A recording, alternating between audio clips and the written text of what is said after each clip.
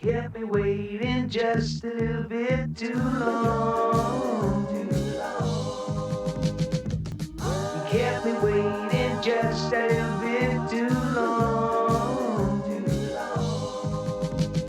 Now you say I'm on my way. You see I'm gonna finish strong. You kept me waiting just a There had been a film little before. I'd seen it, of course, because it was quite an event. You know, the Beatles were a colossal event, and although they've been doing it for, 6 or 7 years before the film came out, nonetheless, to see someone dramatise those early days was very exciting. And so, we all poured out to see it, to see how it was. And I'd already done a couple of largish films. I'd never make a film in America or anything like that at that point. But I was quite well known within the television world, and I also knew the boys, not the band, but the people who were producing it. That's David Putnam and Ray Connolly. We weren't strangers to each other, all about the same age and, with the same interests and the same point in our careers. So I don't remember whether I was surprised. I read that I turned down That'll Be the Day, but they were decent enough to invite me to do Stardust, which I wanted to do immediately because it had a real scale to it. I'd done one big film, another English film with Glenda Jackson and Oliver Reed, so that had put me vaguely on the map. And I think they wanted someone who was English, who knew London, who knew the scene there and whatever, and was part of that generation. The big coincidence for me was that when I left university, I went to Manchester, to Granada Television, who are based there, to train. 1963, 64, and guess what? Who was appearing? Who was starting?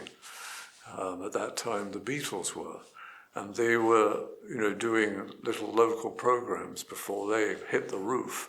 So I was exactly the same, not necessarily age, but exactly the same generation. I was training to be a director, and they were working as a band. And they used to come on the local programs and do their latest song. And it was so interesting because you knew they were great. You knew it. And no one else in the world knew about them.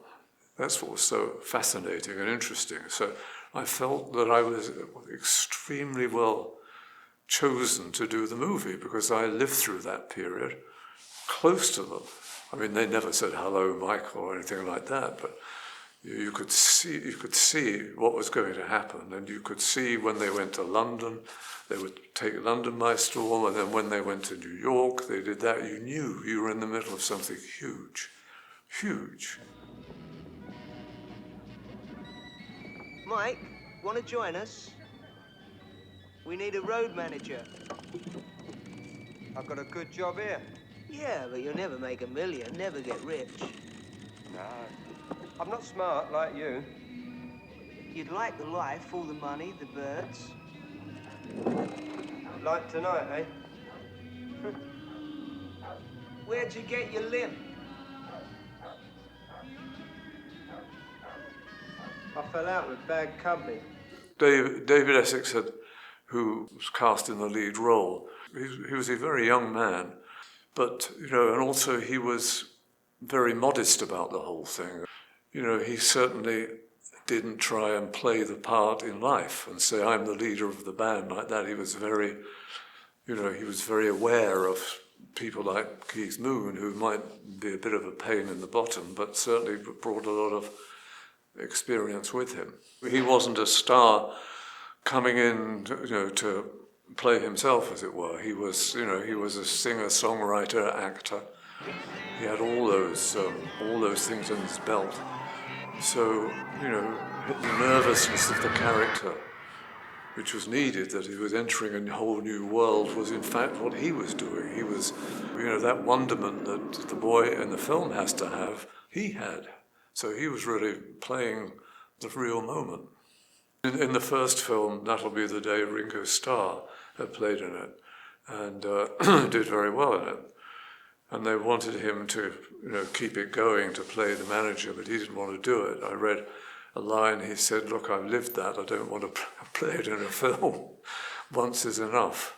And so that's when the hunt went out, for someone to replace him, and Adam Faith was a very good choice because he had been a singer and done quite well at it, but he was also known as an actor, which was good. And, it pleased me that here was someone who'd done a lot of television and done some films, who fitted the part.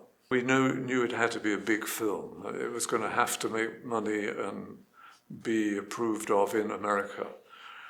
And all over Europe it had to be, as if the first film was a very small film. It was good, but it was small, and it was about the early days.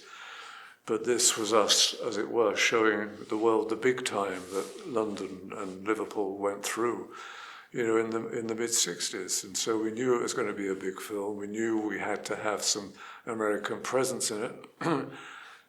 And, it had to be just a much bigger job than the previous film. We knew we had to cast it up.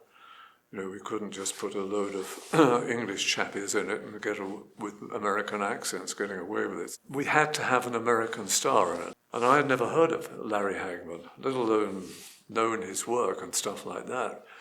And so when he came to shoot, it was the first time we ever met when he showed up. I was dreading to think what he might be like, whether he'd be a kind of patronizing Americans, come out into the colonies to do a bit of star work and all that.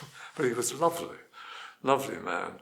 But I was terrified because I had no idea how he'd behave or whatever. But he was really wonderful, and he was helpful, and he wasn't patronizing. And he didn't say, "Well, Americans don't do that." But when everything he said, it was helpful, So we were very lucky, very lucky. Let's get the studio cleared as quickly as possible, please. Yeah.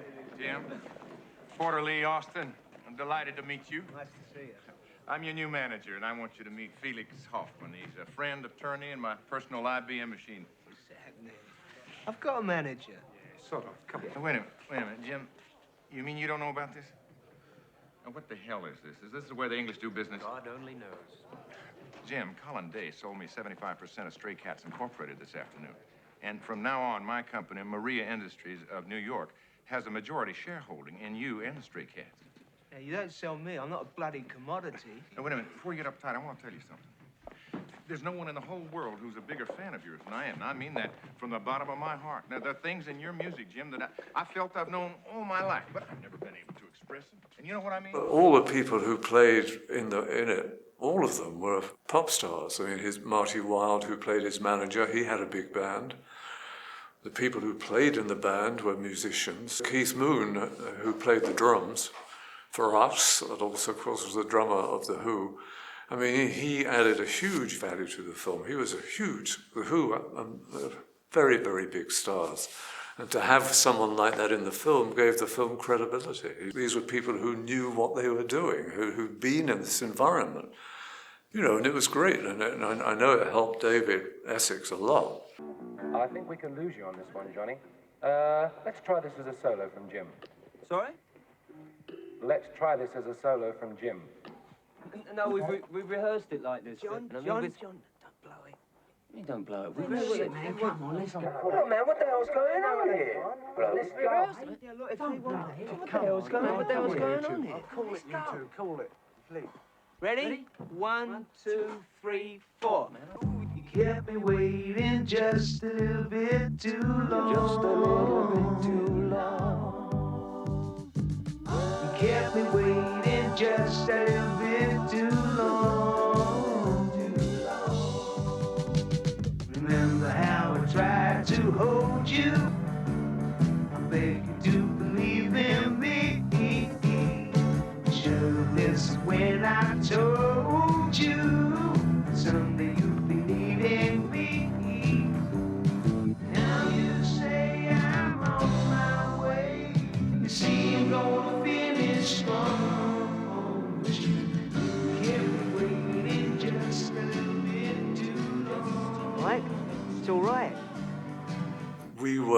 weren't doing a historical film, but nonetheless everybody had lived through this. So if we got it wrong, they'd all know we got it wrong. You know, it was a major event in my country. And people had lived through it, and the people who had lived through it were still very young because it all happened so fast. And they'd see if it was false. And so often, if the wrong generation is making a film about another generation, they get it wrong because we knew what was important. We knew what it was about. People 10 years, 20 years older than me probably wouldn't have done. A lot of it, you know, we used the real locations. I mean, they did a lot of work in the north of England because they were a Liverpool band. And so, you know, the places where they first played, and they came to Granada, to the television company, so we had that. Just what was difficult really was the American part of it, because, you know, we hadn't been, I mean, we'd seen film of it, but to find the right locations and all this, but then again, you know, it was weird, but it was weird for the Beatles when they did it. You know, they went into a world which was huger than they'd ever had. So we, in a small way, were going through the same process. You know, I mean, they played in so many places, it wasn't difficult to find the stadiums and all that sort of stuff. But, you know, just to get the atmosphere of it was pretty tricky because, you know, we had to shoot some of the American stuff in Great Britain. We only came to Los Angeles for a certain amount of time. I can't remember what, 2 or 3 weeks, where we had to do all the big American stuff. So we had to, you know, we had to reproduce the American stuff for their early days there. But Ray was a very famous rock and roll journalist, the writer of the thing, so he knew that world. I was a big fan of that genre, but I didn't really know any of these people. But it was just to try and make it authentic as we could. And, you know, that's, for me, the most difficult job, and it makes the job much easier for me if these people actually know what they're talking about. If I have to teach someone how to walk on stage as a rock and roll star, I'm bound to get it wrong, you know, but someone who's done it, you know, that authenticity, I mean, that's what I look for in every film I do. And to have these pop stars, great and small, who had done the job, you know, maybe not at the level that the film was saying they had, but they'd been on stage, they'd played instruments and blah, blah, blah. You know, they knew that world, and that helped me. You know, if they said, well, that isn't right, then if it's an ordinary actor, you might argue it, but if these people have done it and recognize the authenticity of it, then I'm a clever boy. We were very lucky we cast Dave Edmunds, who was a rock and roller in his own right, not a big star rock and rollers, but a person who wrote songs, did the music, was very gifted, had played with different bands and all that. And Putnam took him on board, just in a sense to supervise you know, the songs, because we needed, you know, a whole library of songs for them, because, you know, we used a lot of stuff. Again, you know, we went for the real thing, because everybody thinks they know about football or rock and roll and stuff, but unless they do it and have done it to some success, you don't trust anybody. You know, it was a golden time. With the Beatles and the Stones and lots of bands. I've been a fan of popular music a long time. I didn't go to many concerts because I sort of lived in the middle class of London, and you know, it was more of a working class thing, pop music, as it were. But when I first stood on a stage, I couldn't believe it. The wind coming out of the audience, I mean, it was like being in a minor storm. The noise and the air and the breath and the lights and all that, oh my God. I mean, you sort of, it wasn't a big surprise, but to actually be up there like that was astonishing.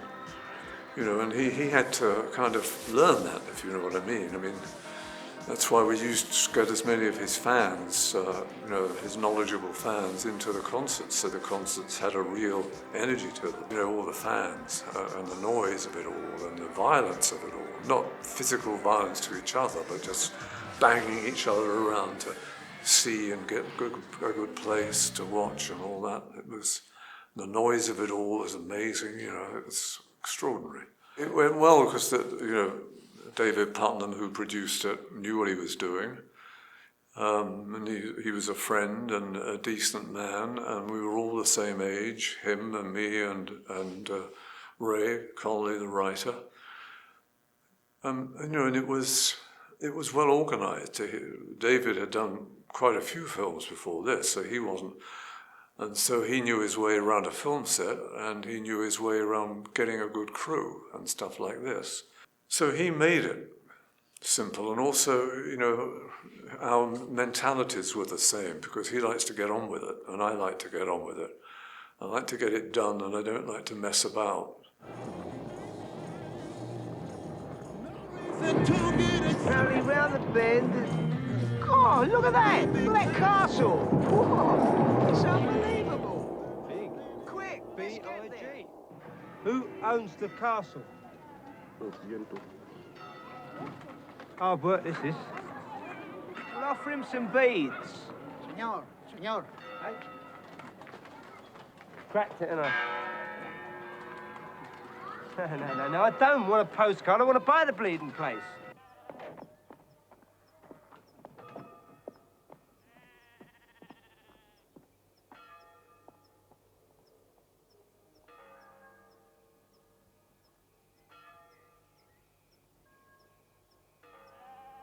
I mean, it was difficult working in Spain and all that, and coming to America, but and Putnam had been to America a lot, so he knew America. And I mean, this is the first time I'd ever been to America when I came to do this shoot. So, I was a virgin in that area, so I was gobsmacked by seeing America, the scale of it, and the number of people and all this kind of stuff, and that world of Los Angeles, and so for me it was a great adventure as well as being a good job. But it was very successful. Yeah, it made a ton of money in England, and it sort of did pretty well here because it was clearly an attempt to make a realistic film, by using the real thing, the real rock and rollers. Although the story was completely made up, but nonetheless the atmosphere in the film was very realistic, and that was, and you showed things to the audience that they'd probably never seen before. Backstage was very authentic and all that sort of stuff, because all the boys had been backstage as to lesser and greater degrees. I mean, Keith had seen everything. He was notorious for his poor behaviour. So he gave us a dose of it. My Keith story is I came down from a night shoot and parked my car in the underground of the hotel in the outskirts of Manchester. I got out of my car, I started to walk toward the exit, and there was Keith Moon stark naked in the middle of this big car park. And he was clearly out of his mind. And I had to get him up into the hotel from where we were parked into his room with him naked. So it was ludicrous. So, I then thought I was in Wonderland. I thought, this is crazy. What this is going on here.